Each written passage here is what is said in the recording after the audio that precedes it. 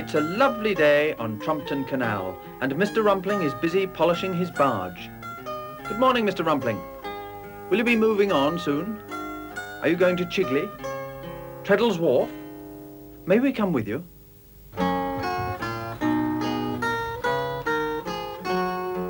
Chugging along between banks of green willow, buttercup, meadow, sweet nettle and dock. Sheep in the meadow so peaceful and still, oh, and just round the bend we reach Camberwick Lock.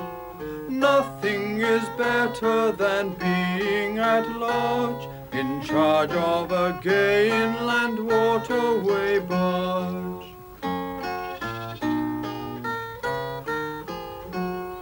Sun on the water is glinting and gleaming, soon we are leaving the Camberwick Lock.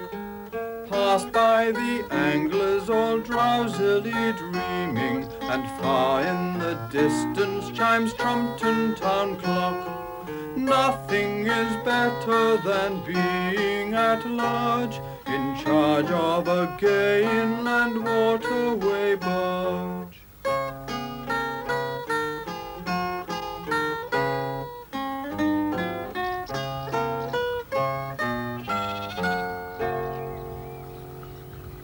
Mr. Swallow, the wharfinger, is pleased to see his old friend. Good morning, Mr. Rumpling. What have you got for me today? 2 crates for Trumpton Town Hall, a package for Munnings the printer, and 1 crate marked Books with Care for Lord Belborough. Good, says Mr. Swallow. Leave that one on board and we'll unload the rest. And Mr. Swallow goes to start his crane.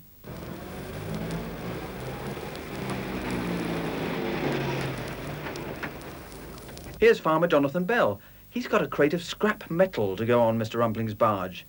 You're just in time for loading, says Mr. Rumpling. Can I help? Asks Farmer Bell. Oh, thank you, says Mr. Rumpling. All this cargo has to be unloaded except that crate there, and we'll get yours on while we're doing it. Mr. Swallow is ready.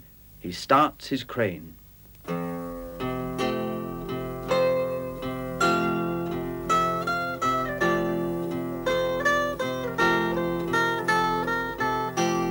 Lifting the boxes and barrels and bundles, stacking the drain pipes and logs from the woods. A crane does the work as it rattles and rumbles, shifting the lumber and loading the goods.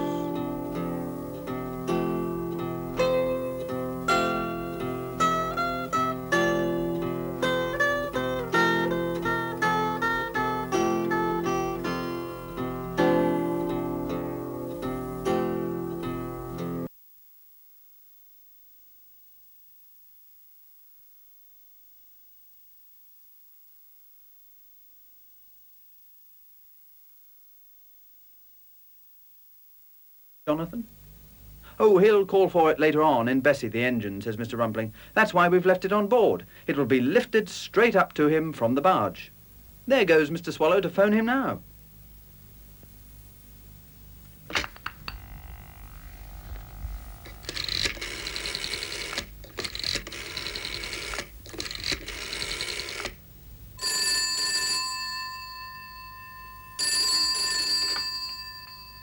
Hello, Wingsted Hall. Good morning, Mr. Brackett. Swallow here. Will you please tell Lord Belborough that a crate marked Books with Care has arrived for him at Treddle's Wharf? Oh, yes, thank you, Mr. Swallow. I'll tell his lordship immediately. Thank you. Goodbye.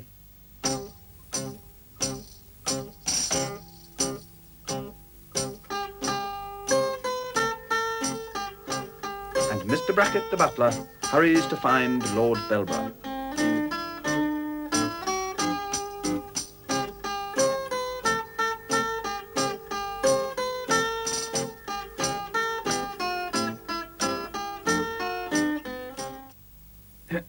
Excuse me, my lord, but Mr. Swallow has just phoned to say that a crate of books for you has arrived at Treddle's Wharf. Splendid, says Lord Belborough. I've been waiting for those books. They're very rare and valuable. Come on, Brackett. We'll collect them in Bessie. Let's get changed.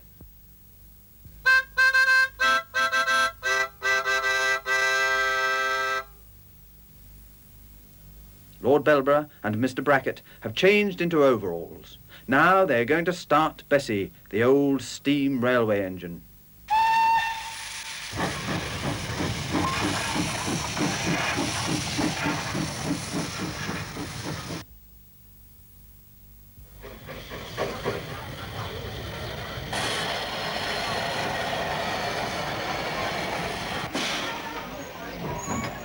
Come on, Winnie, want a ride?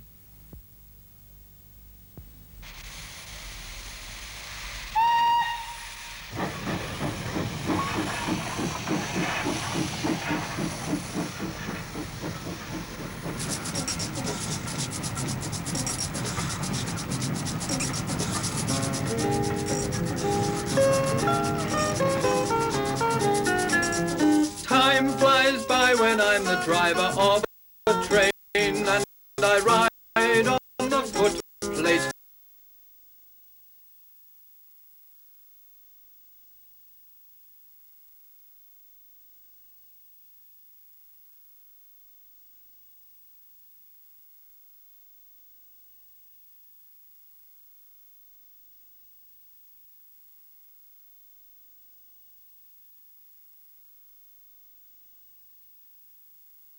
Just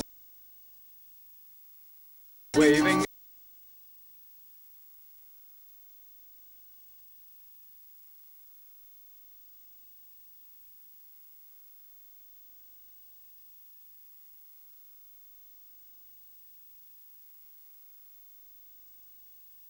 Through a station so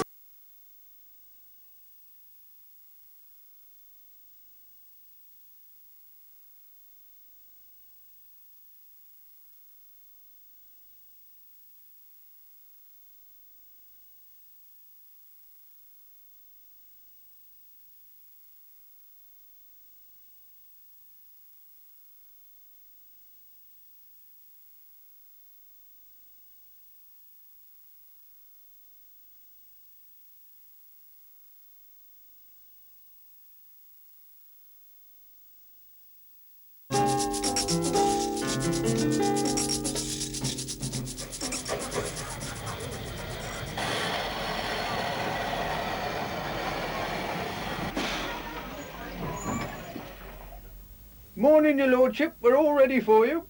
And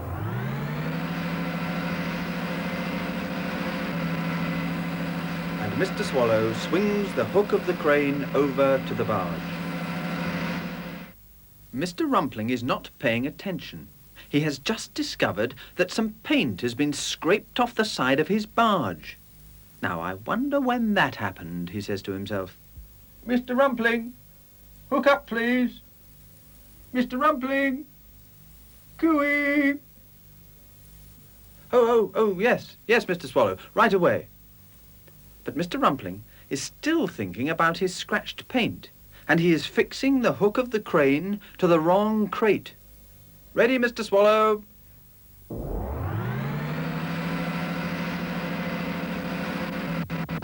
Oh dear, something's wrong with the brake. The crate has fallen into the canal. My books, my valuable books, they're ruined, cries Lord Belborough. What are we going to do? I'm very sorry, your lordship, says Mr. Swallow, but my crane is completely broken down. I'll ring Pippin Fort and Crockett's garage for assistance. Don't get too upset now. Oh dear, oh dear, oh dear. Lord Belborough is very upset indeed.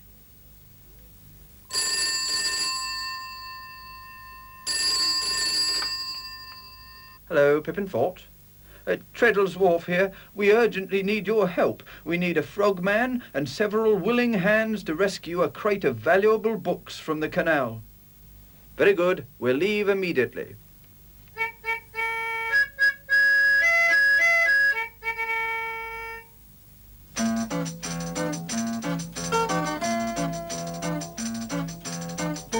Within a few minutes, the army truck is on its way to the wharf.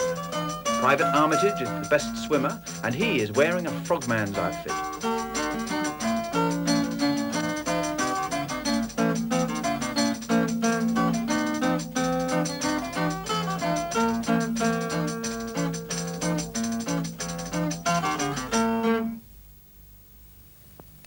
There's the spot, Captain, says Mr. Swallow. Private Armitage, in you go. Find the crate and fix the hook of the crane on the breakdown truck to it.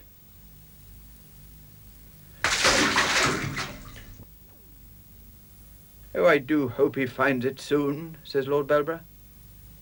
He's done it.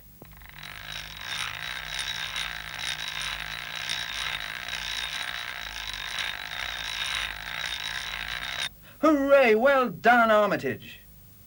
Now to see if the books are badly damaged. What is it? Asks Mr. Rumpling. Why are you laughing? Oh, it's all right, Mr. Rumpling, said Lord Belborough. Thanks to you, my books are completely undamaged. But I don't understand, says Mr. Rumpling. You made a mistake, says Lord Belborough. You fixed the hook of the crane to the wrong crate. This is Farmer Bell's crate of scrap metal. A ducking in the water doesn't harm that. My books are still safe in the crate on your barge. Thank you all very much. Now, if you'll kindly lend a hand, we'll load the books onto Bessie and we'll all go to Winkstead Hall. We'll be there just in time for the 6 o'clock whistle.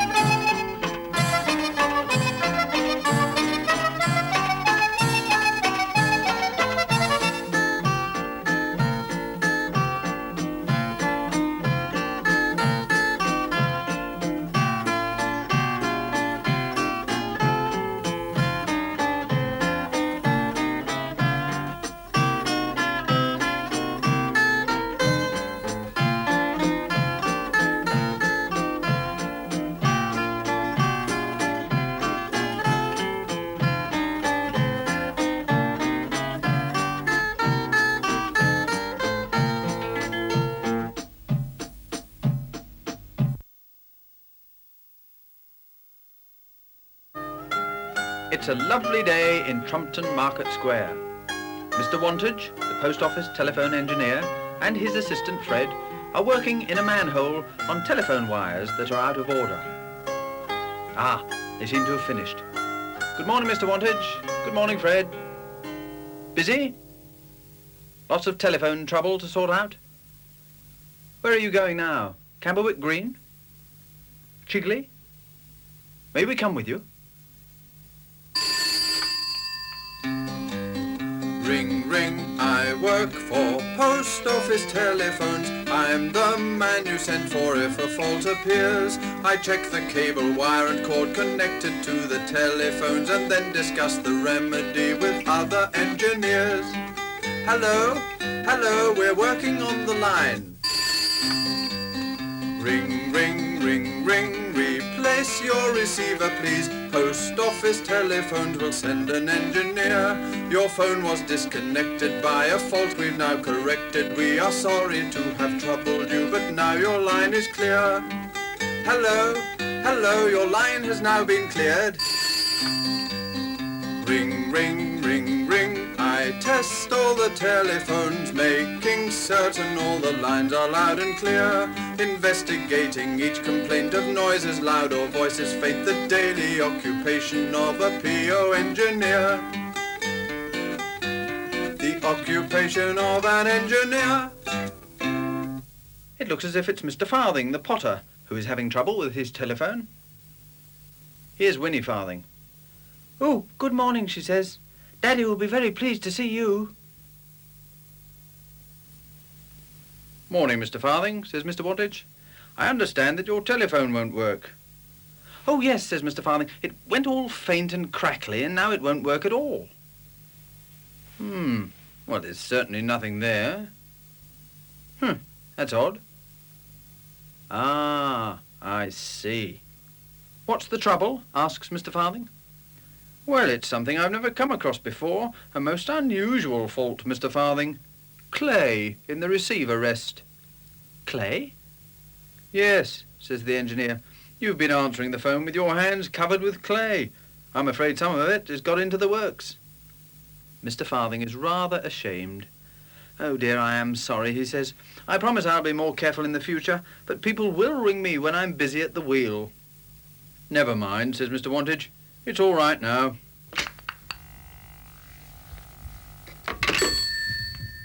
There. Thank you very much. You know, Mr. Farthing, I'm fascinated by your work. Could you possibly show us how you make a pot? Certainly. That's the least I can do to make up for your wasted journey. Here's a ball of clay. I put it on my wheel.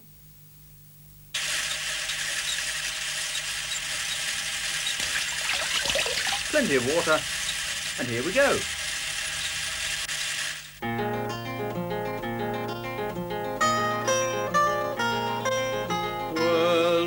Twirl around shiny wet clay.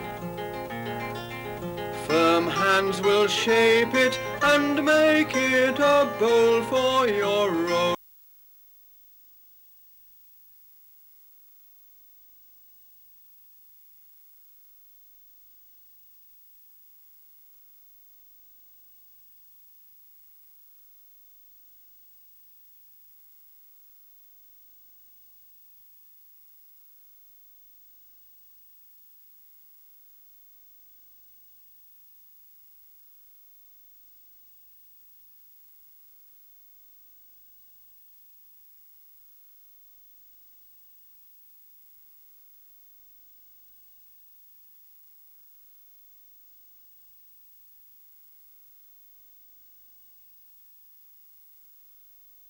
May we come with you?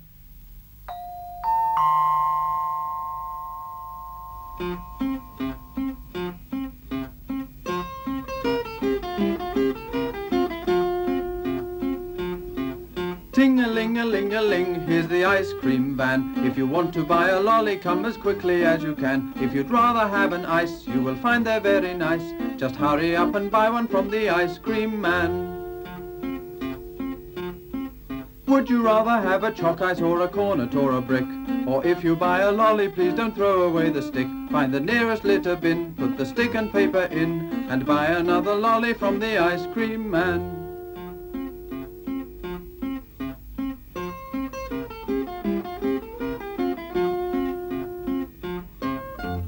Mr. Antonio arrives at Winkstead Hall. He has brought a large tin of ice cream for the Winkstead Hall tea room. 1 tin of vanilla, Mr. Brackett. Thank you, Mr. Antonio. Thank you, Mr. Brackett. Mr. Antonio is just about to leave when Mr. Bilton, the Winkstead Hall gardener, joins him. Morning, Mr. Antonio. I've got some wallflower plants for you. Would you come round to my greenhouse? Oh, thank you, Mr. Bilton, says Mr. Antonio. Would you like some ice cream? Oh, don't mind at all. I'll have a peppermint one, thank you. Mr. Antonio gives Mr. Bilton the ice cream, and they go round to the greenhouse.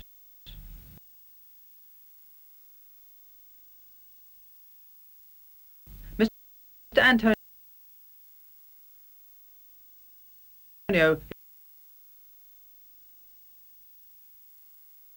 is a very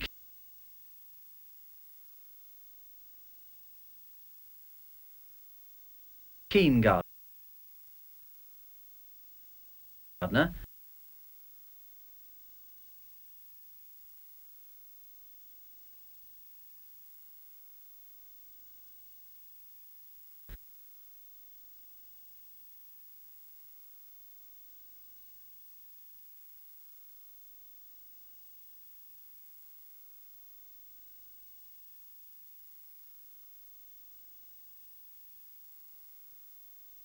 Thank you. It's a hard life being a gardener, Mr. Antonio.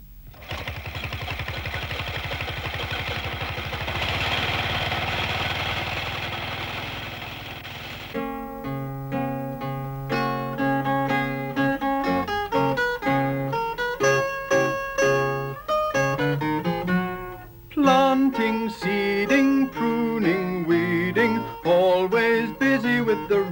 and the hoe.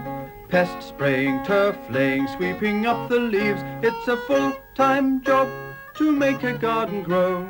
Ditch digging, path trimming, tidying the greenhouse, potting in the potting shed and cutting back shoots. Bud nipping, hedge clipping, sweeping up the leaves. It's a full-time job to make a garden grow.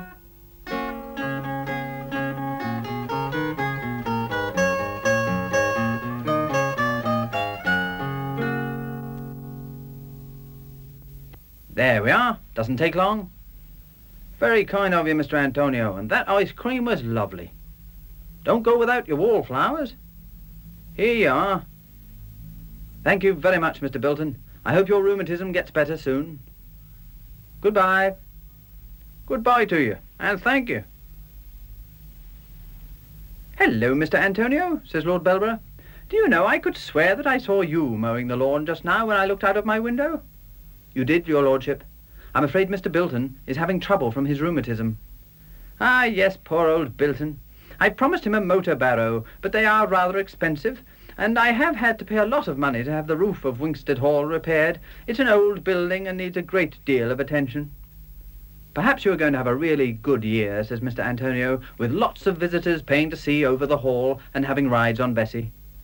I hope so. The engine is a good attraction. Pity we haven't got some other things like her. Goodbye, your lordship. Goodbye, Mr. Antonio.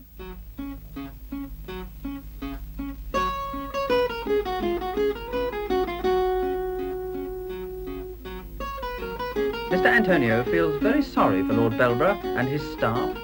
It is a very hard job, running a big house like Winkstead Hall. If only more visitors would come and buy tickets to see the garden and have rides on Bessie the engine.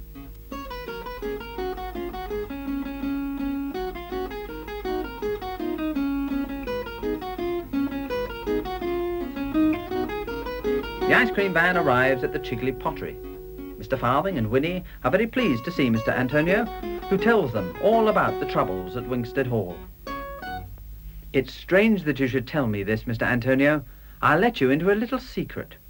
All the people of Chigley are giving Lord Belborough a present next week as a sort of thank you for the 6 o'clock dances. It's a model of a very early steam engine to add to his collection. Mr. Rumpling found it at an auction sale. It might bring in a few more visitors. Well, I certainly hope that it will, Mr. Farthing. But I'm afraid it will be some time before Mr. Bilton gets his motor barrow. Goodbye. Goodbye, Winnie.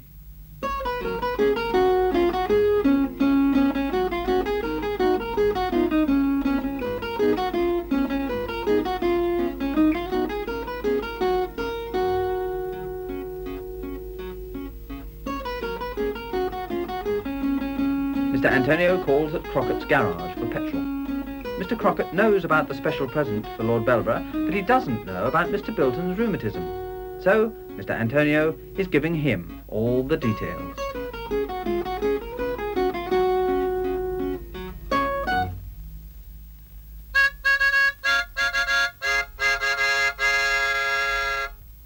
One week later, and an important telephone call is made to Winkstead Hall.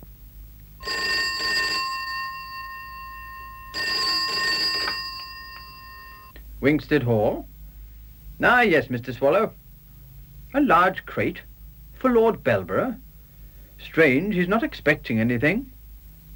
I see. Oh, very good, Mr. Swallow. I'll tell his lordship immediately. Goodbye.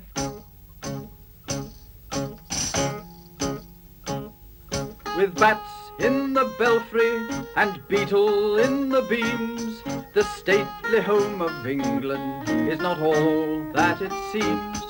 A constant battle must be fought to fend off all decay. The only way to meet the cost is hold an open day.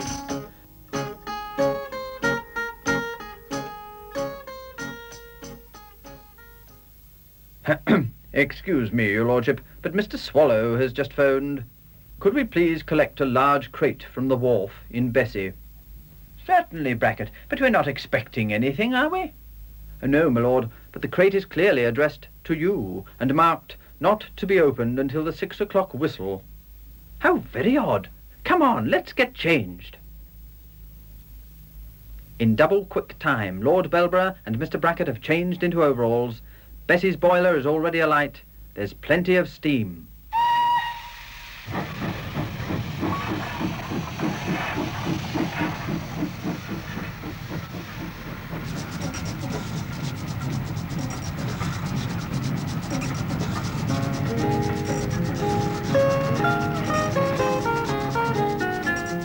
Time flies by when I'm the driver of a train, and I ride on the footplate there and back again. Under bridges, over bridges to our destination, puffing through the countryside, there's so much to be seen. Passengers waving as we steam through a station. Stoke up, fireman, for the signal is at green.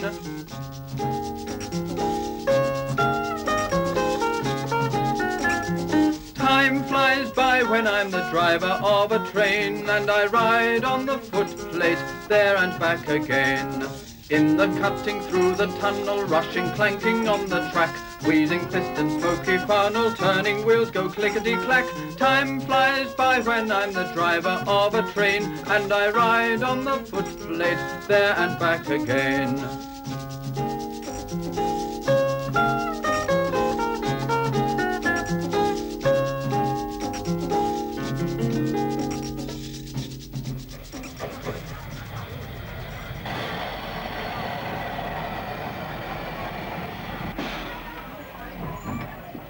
At Treddle's Wharf, Mr. Swallow is ready to operate his crane. All ready, your lordship. One crate coming up.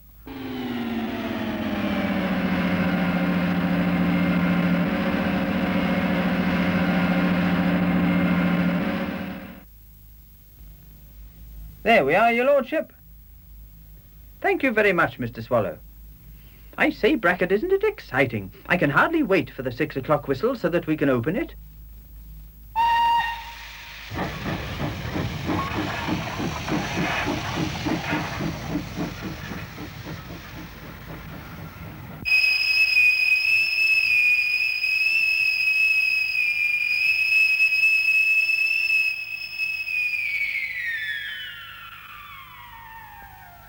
It's 6 o'clock. Time to open the crate. To Lord Belborough, from everybody in Chigley. Thank you for the 6 o'clock dancers. Oh, thank you all very much. What a magnificent model.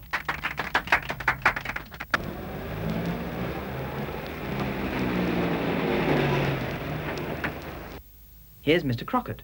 He's towing a small trailer. He's hooking it to the back of the model engine. And I would like to give a special present to Mr. Bilton, he says. With this trailer, he'll be able to use the model engine to help him keep the Wingstead Hall Gardens in the beautiful condition that they are in now. Oh, thank you, Mr. Crockett. That's just what I wanted.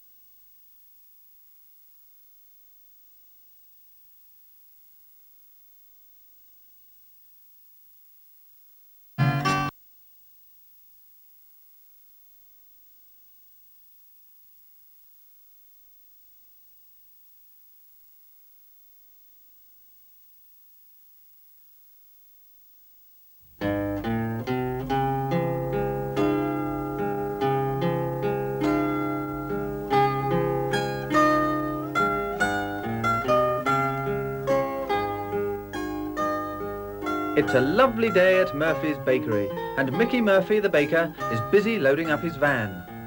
Good morning, Mr. Murphy. Ready to go on your rounds? Are you going to Trumpton? Chigley? May we come with you?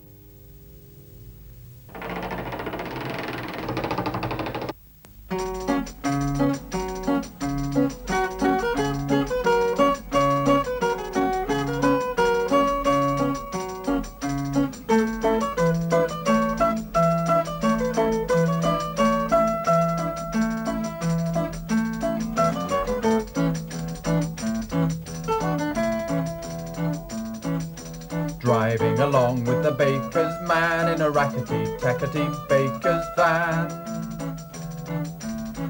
Each loaf and cake the baker's bake will roll and shake as our rounds we make with the baker man in the baker's van, the rackety-tackety baker's van.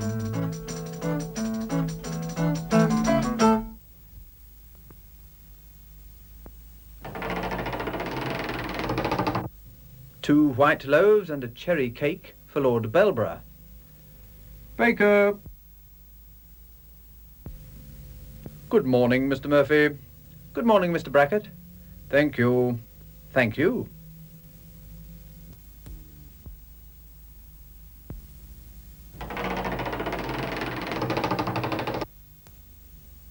Mickey is just going to drive off when Lord Belborough approaches him. Good morning, Mr. Murphy. Good morning, your lordship. Mr. Murphy, I have a problem, and I would be most grateful if you could help me to solve it. I'll do my best, says Mickey. It's the apple crop this year. It's too big. Too big? Yes, says Lord Belborough. It's been a marvellous year for apples. All the apple trees in my orchard are way down with fruit. I've never seen anything like it. I'll store as many as I can, and Mr. Clamp, the greengrocer, will take some, but there will be lots and lots left over. Well, says Mickey, I could take a few for apple tarts, but not very many. I'll ask people as I go on my rounds. Good, says Lord Belborough, but remember, it's rather urgent. Unless they're picked soon, they will fall and bruise. I'll remember. Goodbye, your lordship.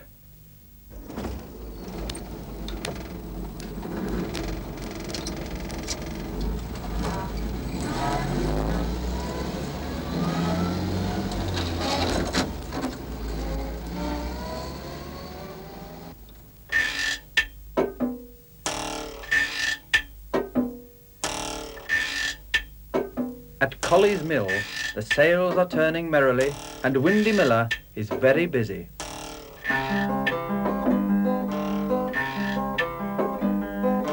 Windy Miller, sharper than a thorn. Like a mouse he's spry and nimble when he grinds the corn. Like a bird he'll watch the wind and listen for the sound, which says he has the wind he needs to make the sails go round. Windy sees the baker's van coming up the hill. He goes to stop the mill sails turning.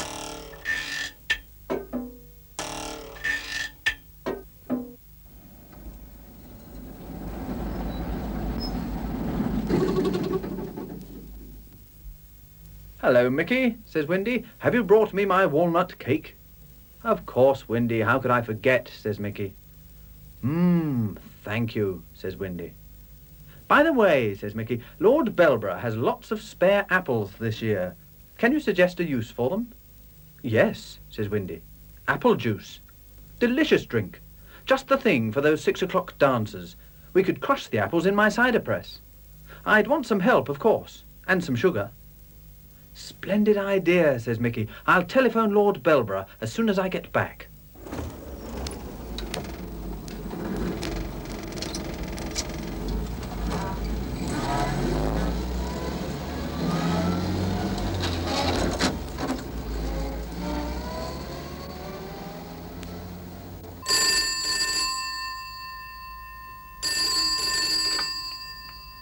Wingsted Hall? Yes, Mr. Murphy? Apple juice. Yes, I see. Thank you very much. I'll tell his lordship immediately. Goodbye.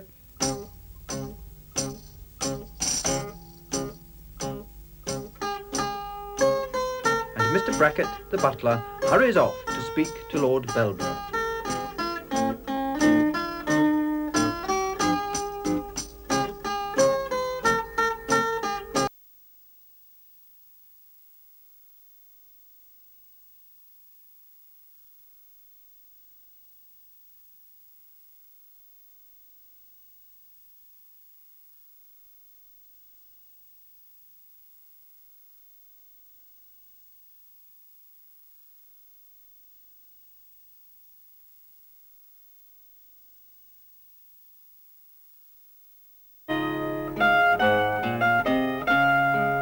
It's a lovely day, and outside his shop in Trumpton Market Square, Mr. Clamp, the greengrocer, is busy loading up his truck.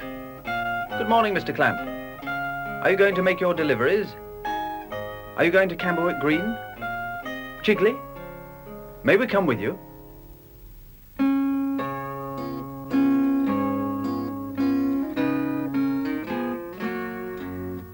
Come buy my vegetables, fruit ripe and beautiful, fine, fresh and fancy, come buy them from me. Come buy, come buy, come buy them from me.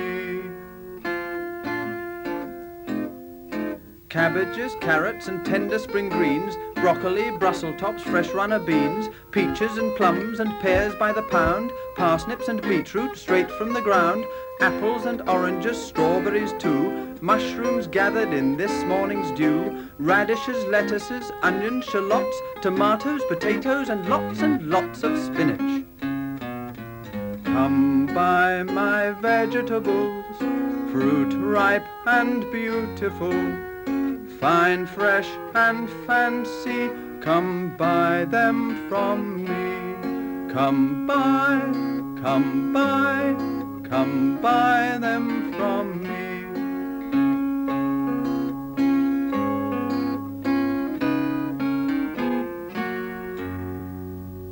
Mr. Cresswell and Mr. Fletcher of the Chigley Biscuit Factory are very pleased to see Mr. Clamp. He has brought some fruit and vegetables for the factory canteen. Good morning. I brought you...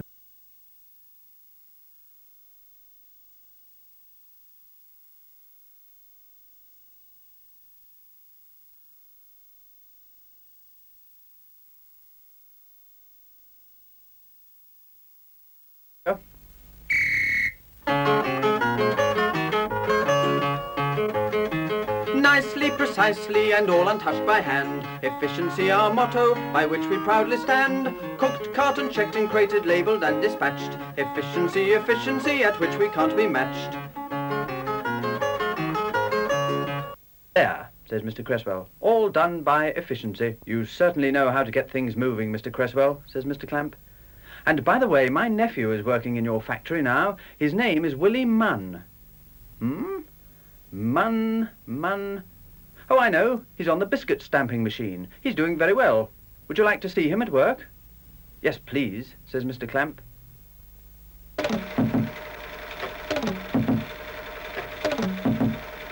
Here he is, Mr. Clamp. Hello, Uncle, says Willie. Hello, Willie. Noisy, isn't it, Uncle? Yes, it is. I hope you're working hard, Willie. Yes, Uncle. Goodbye, Willie. Goodbye, Uncle. Yes, Mr. Clamp, your nephew seems to work well, but I'm afraid he's a bit of a dreamer. He's always thinking about motor cars. He doesn't listen carefully when he's being told something important. Oh, I'm sure he'll be all right when he's settled in, says Mr. Clamp. And, incidentally, he's a very good driver. That might be useful to you sometime. I'll bear it in mind, says Mr. Cresswell. Good drivers are hard to get. Goodbye, Mr. Cresswell. Goodbye, Mr. Clamp.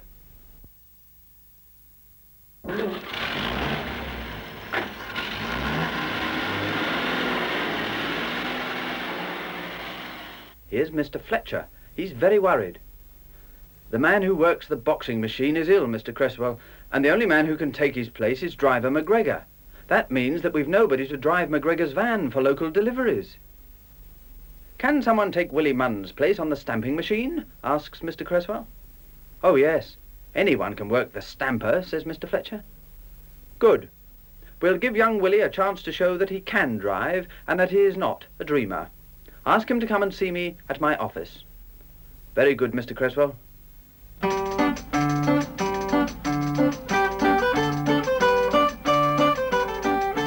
Half an hour later, Willie Munn is driving a biscuit factory van. He listened very carefully to everything that was said to him by Mr. Cresswell and Mr. Fletcher. 1. Call at Crockett's garage and fill up with petrol. 2. Deliver 2 boxes of biscuits to Mrs. Dingle's post office in Camberwick Green. 3. Deliver 3 boxes of biscuits to Wingstead Hall.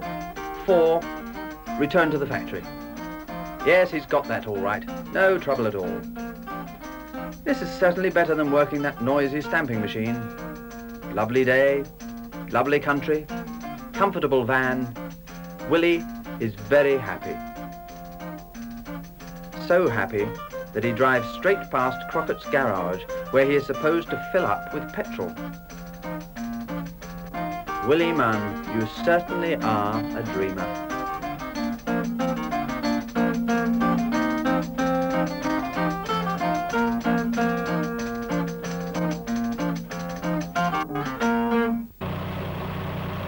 Now for Wingstead Hall. Willie is looking forward to calling there, as he knows Lord Belborough. He helped him to paint Bessie the engine when she first arrived. Oh dear, I've broken down.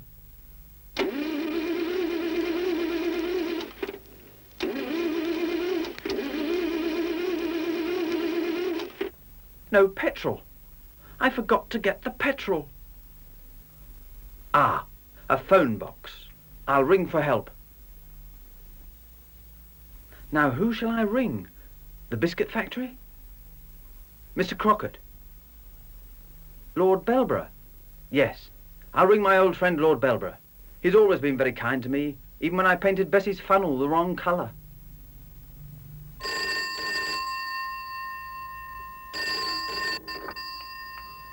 Hello, Wingstead Hall. Willie Munn? Ah, yes, how are you, young man? Oh, I see. Where exactly are you now? The telephone box on the Chigley Road. Yes, I know. Well, stay where you are, and I will inform his lordship immediately. Goodbye.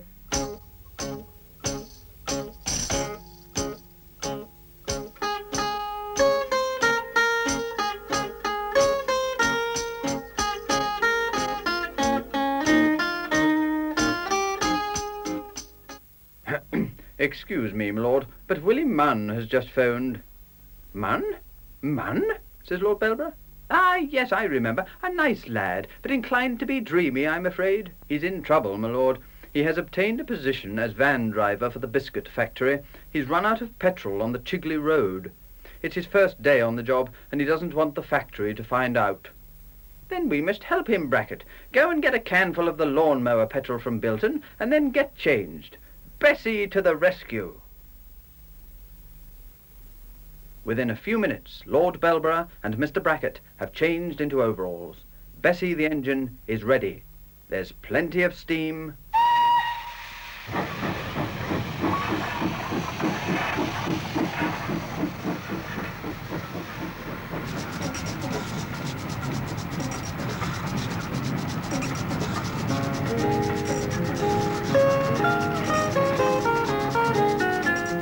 Time flies by when I'm the driver of a train, and I ride on the footplate there and back again. Under bridges, over bridges to our destination, puffing through the countryside, there's so much to be seen. Passengers waving as we steam through a station. Stoke up, fireman, for the signal is at green.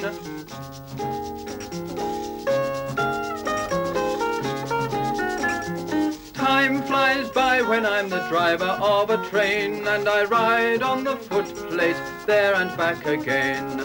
In the cutting through the tunnel, rushing, clanking on the track, wheezing piston, smoky funnel, turning wheels go clickety-clack. Time flies by when I'm the driver of a train, and I ride on the footplate there and back again.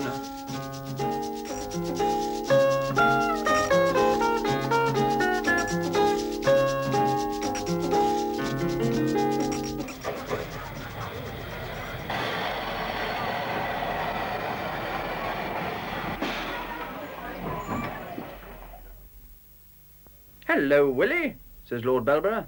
"Here's your petrol." "Oh, thank you, your lordship," says Willie. "You are kind."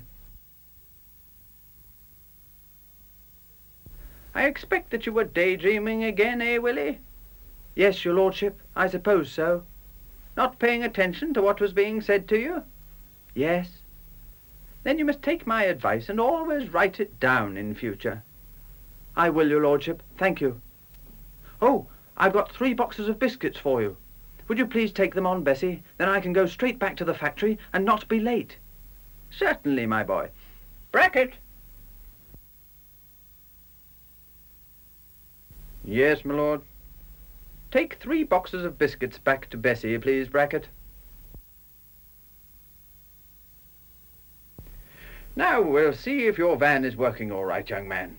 You'll be in good time, so I expect we'll see you when the 6 o'clock whistle blows, eh?" "Oh, yes, your lordship, and thank you very much for helping me." "Not at all, my boy. Off you go."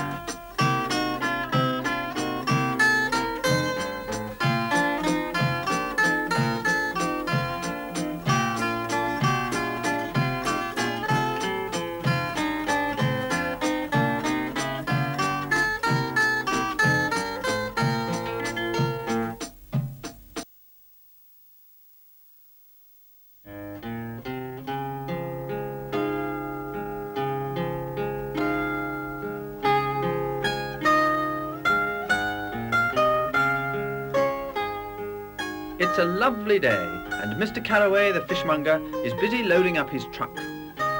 Good morning, Mr. Carraway. Are you ready to make your deliveries? Are you going to Trumpton? Chigley? May we come with you?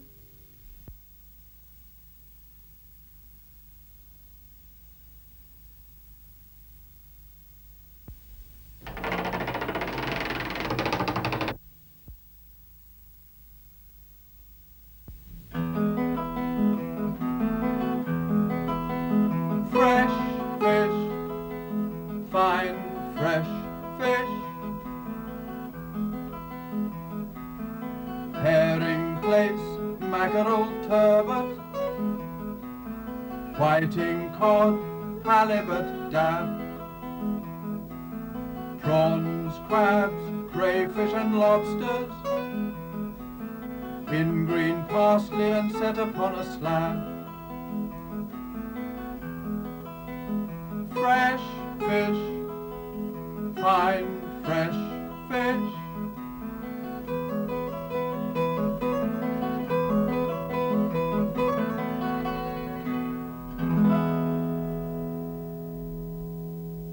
Mr. Carraway arrives at the Chigley Biscuit Factory. Mr. Cresswell is pleased to see the fishmonger, who has brought 3 boxes of plaice for the factory restaurant. "Lovely weather, Mr. Carraway, for a change," says Mr. Cresswell. "Yes, I never thought that rain would ever stop," says the fishmonger. "The water level at Chigley Bridge is very high, and some of the fields are under water."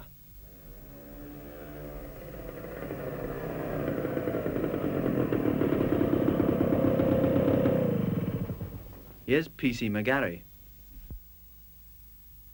Good morning, Mr. Creswell, Mr. Carraway. I'm sorry to inform you that Chigley Bridge is unsafe and closed to all traffic. Oh dear, says Mr. Creswell. My vans are due to leave in 2 hours' time. What am I going to do? Well, they could go along the river road until they reach Trimbridge, says Mr. Carraway. No, they couldn't, I'm afraid, says the policeman.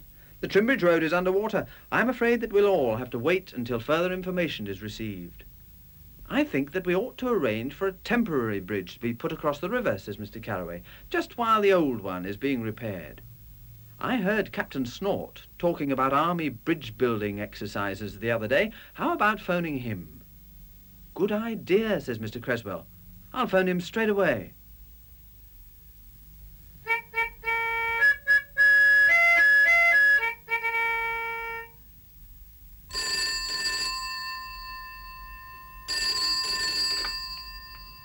Hello, Pippin Fort. Captain Snort speaking. Hello, Mr. Creswell. Yes, I see. Yes, we would be delighted to do it, but unfortunately our bridge-building equipment is at Treddle's Wharf, and if Chigley Bridge is closed, we can't get to it. I have it. I'll call Lord Belborough. Goodbye.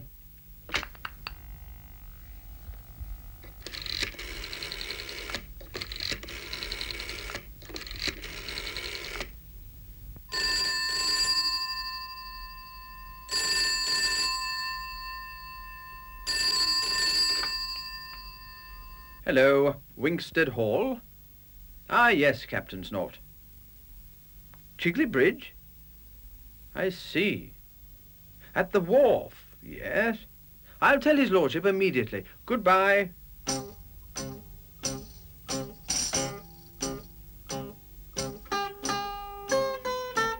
And Mr. Brackett, the Winkstead Hall butler, hurries to find Lord Belborough.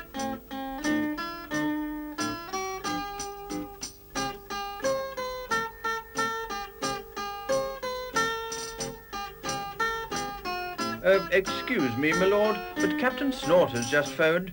Emergency at Chigley Bridge. Please could we collect his bridging equipment from the wharf by Bessie? Certainly. Come on, Brackett. Let's get changed.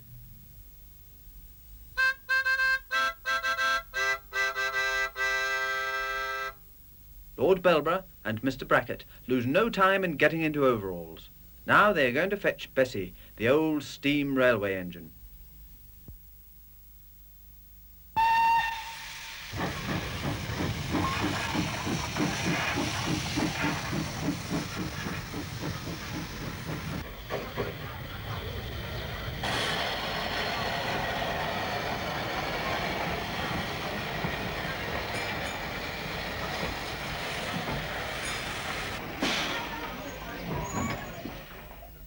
Come on, Winnie. Coming for a ride?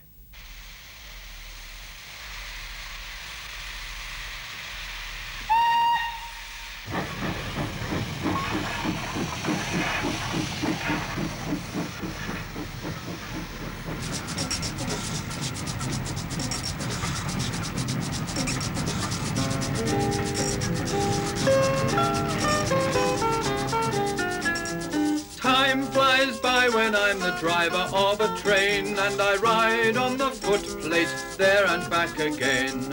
Under bridges, over bridges to our destination, puffing through the countryside, there's so much to be seen. Passengers waving as we steam through a station. Stoke up, fireman, for the signal is at green.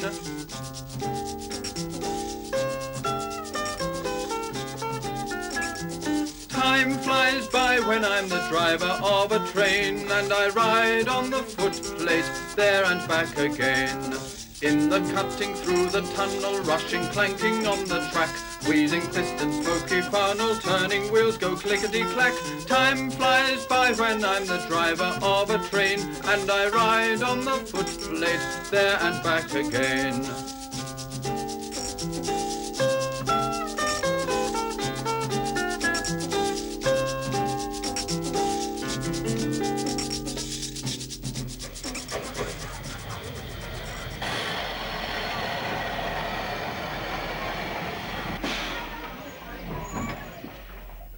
Treddle's Wharf, Mr. Swallow is ready with his crane to load the bridge sections.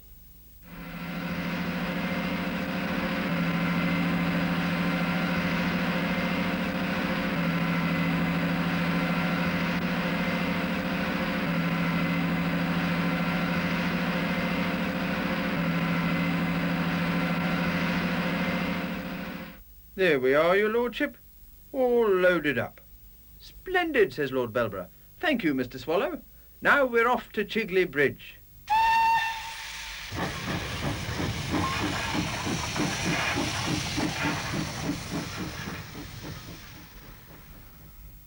Captain Snort is inspecting his soldier boys. He makes sure that all buttons are polished, uniforms pressed, and boots clean. Good. An excellent turnout. Carry on, Sergeant Major. Sergeant Major Grout takes a deep breath and orders, "To the truck! Dismiss!"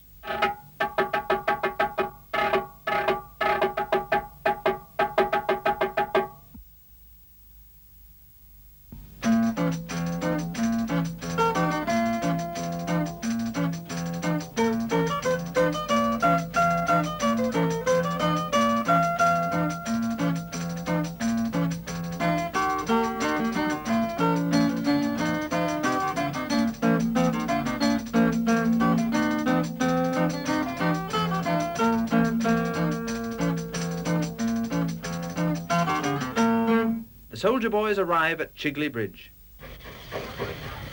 Here comes Bessie with the bridging material.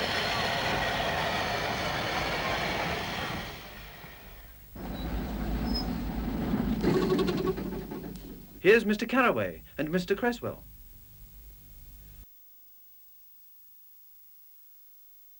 I say, says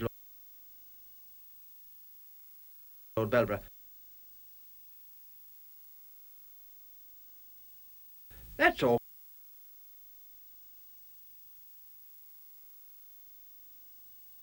Awkward.